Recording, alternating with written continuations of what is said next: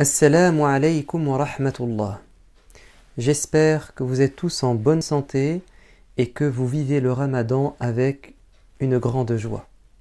Chers enfants, chers parents, nous avions parlé de l'enfance de Ibrahim, de son excellent comportement avec son père, alors que son père était dans l'erreur, que son père était violent, que son père était extrêmement méchant avec lui, mais il savait garder son calme, rester un enfant exemplaire.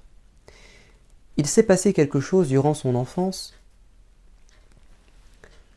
c'est que, un jour, ses amis, qui étaient jeunes comme lui, sont venus frapper à sa porte. Ils ont dit « Oh Ibrahim, viens participer avec nous à une fête. » Il y avait une fête qui était organisée dans la ville, où les gens se rassemblaient pour passer un bon moment, mais en faisant des bêtises. Il y avait sûrement du vin, de l'alcool, il y avait sûrement des chants, de la danse. Les hommes et les femmes se retrouvaient pour s'amuser, se distraire. Et c'est une ambiance qui n'est pas bonne pour le croyant. On peut faire la fête, on peut s'amuser, mais il y a certaines choses dont on doit s'écarter, qu'on ne doit pas faire. Comment va réagir Ibrahim? Est-ce qu'il va dire « Je vais faire plaisir à mes copains pour garder de bonnes relations avec eux » Est-ce qu'il va dire « J'ai honte de leur dire que moi je ne me rends pas dans ces endroits et que je suis un musulman, un croyant et que ma religion m'interdit de faire certaines choses » Ibrahim va refuser l'invitation et il va leur sortir une excuse et avancer un prétexte. Parce que Ibrahim avait une idée derrière la tête. Il leur a dit, écoutez, je suis malade, je ne viendrai pas. Ibrahim avait un projet.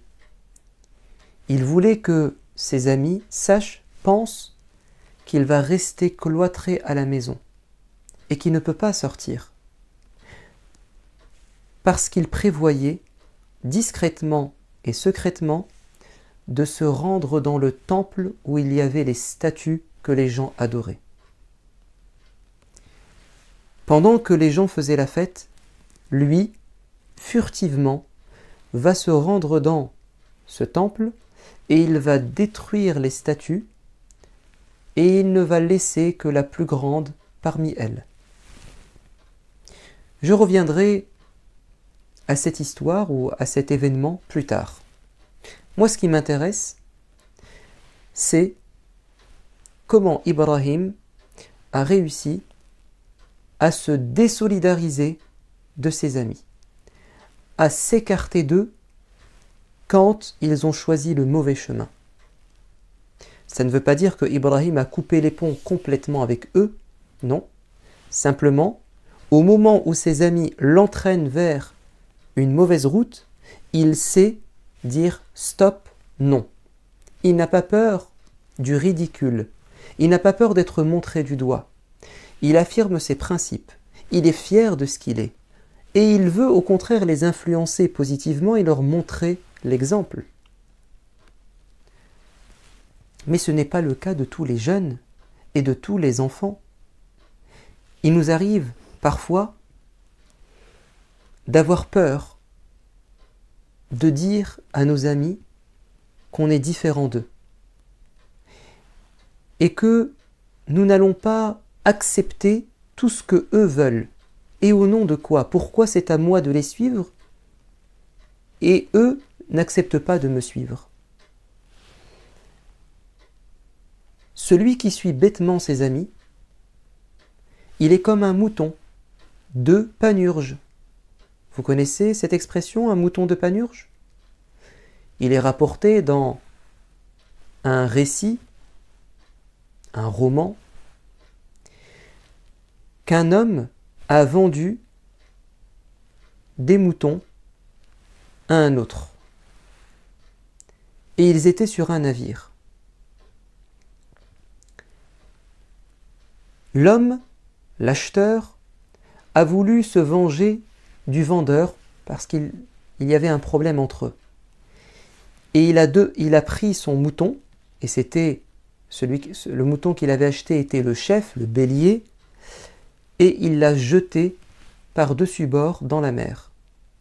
Qu'est-ce qu'ont fait les autres moutons? Ceux du propriétaire. Ils vont tous se jeter également dans l'eau et mourir noyés. Pour quelle raison? Parce qu'ils ont grandi avec cette idée qu'ils doivent suivre tout le temps leur chef. Mais si on doit suivre son chef, son modèle, dans le bien, alors c'est très bien. Mais est-ce qu'on doit le suivre aveuglément dans tout ce qu'il fait, même quand c'est dangereux pour nous? Non. Ou sinon, on ressemble à ces moutons, à ce troupeau qui se fait commander et qui obéit docilement, sans résistance, sans intelligence, sans recul, sans esprit critique, sans se poser de questions. C'est l'un des plus grands dangers que l'on peut rencontrer dans sa vie. C'est d'avoir des mauvais copains qui nous influencent. Et nous, on est faibles et on les suit. Et à la fin, ça se retourne contre nous. N'avez-vous jamais entendu que certains jeunes, en bande, en groupe, vont s'attaquer à une personne, vont voler une personne, lui arracher son sac, lui prendre son portable, vont cambrioler une maison? Moi, je me souviens, pas très loin de chez moi, des jeunes sont partis cambrioler une maison. 2 parmi eux sont rentrés dans la maison par effraction et l'autre a refusé en disant « Non, non, moi je ne veux pas participer à ce délit, à ce crime. Moi je vais rester à l'extérieur vous attendre. » Et il a gardé leur manteau. Sauf que quand la police est intervenue, parce que la police a été prévenue, les 2 qui étaient entrés ont réussi à se sauver et le 3e qui était à l'extérieur s'est fait prendre et attraper. C'est-à-dire que même s'il n'a pas participé dans les faits à ce cambriolage, le fait qu'il ait gardé contact avec eux et le fait qu'il ait été un spectateur, finalement il a été complice. Ça a été suffisant pour que ça se retourne contre lui. Est-ce que vous pensez que ces 2 copains sont venus le défendre? Sont venus se dénoncer et dire « Mais non, lui, il n'a rien fait ?» Pas du tout. Ça, c'est le propre des mauvais copains, c'est qu'ils nous abandonnent. Parce que c'est le diable qui nous a poussés à rester ensemble. Et le diable va nous diviser à un moment donné. Je me souviens également de cette histoire. Un jeune avait des copains, notamment l'un d'entre eux qui était son meilleur copain. Il est parti à l'étranger. Son oncle lui a donné une grosse somme d'argent pour acheter une voiture ici en France. Et il l'a dit à son copain. Il lui a dit « Tu sais, mon oncle m'a donné beaucoup d'argent, je dois acheter une voiture. » Qu'est-ce qu'a fait son copain? Il est parti, il est rentré chez lui et il lui a volé son argent. Et ensuite, il s'est vanté de cela et on a fini par le savoir. Est-ce qu'il était un vrai et bon copain? Non, parce qu'il lui a fait du mal. Il a trahi sa confiance. Je me souviens aussi de cette histoire, de cet incident, pas très loin de chez moi. Des jeunes en pleine nuit étaient en train de rouler à moto. Et l'un d'entre eux était devant en train de faire une roue, il roulait en se levant comme ça, et il regardait ses copains par derrière, parce qu'il était en train de faire le beau, le fort, et il n'a pas fait attention, et il a percuté une voiture qui était garée. son corps s'est retourné, sa colonne vertébrale s'est brisée, la tête en avant sur le pare-choc, et il avait un casque. Mais bon, ça lui a servi à rien, parce que c'était son dos qui a tout pris. Il est tombé par terre. Vous savez ce qu'ont fait les copains? Ils ont retiré le casque et ils se sont sauvés. Ils ont voulu récupérer le casque pour eux. Ils n'ont même pas appelé les secours, ils l'ont abandonné comme ça. Est-ce que ce sont de bons copains?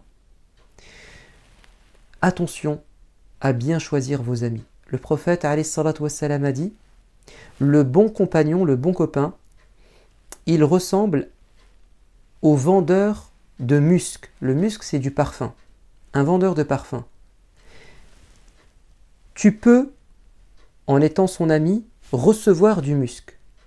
Et si tu n'as pas de musc, de parfum, il ne te donne pas de parfum, au moins tu seras imprégné de son odeur. Rester avec lui, c'est toujours positif. Même s'il ne te donne rien, tu vas quand même prendre de lui, t'inspirer de lui. Il va laisser un impact positif sur toi. Et il dit au contraire, le mauvais copain, il est semblable, on va dire, au forgeron qui travaille aux côtés du feu. Si tu n'es pas brûlé par ce feu, tout au moins, tu auras sur toi l'odeur de la fumée. Dans tous les cas, tu ne sortiras pas indemne. Tu vas y laisser des plumes. Et le prophète a dit, prends garde au choix de ton copain, car on te jugera par rapport à lui. Même si toi t'es bien, le fait que tu aies des mauvaises relations, on va te mettre dans le même sac. Et on dira tu es aussi mauvais que les autres, parce que tu es resté avec eux. Faites attention au choix de vos amis, et soyez courageux et fiers de ce que vous êtes, et sachez dire non à vos amis quand ils vous entraînent dans un mauvais chemin. Soyez comme Ibrahim, alayhi salam. Ne suivez pas bêtement vos amis. Je vous dis à bientôt. Wassalamu alaikum wa rahmatullah.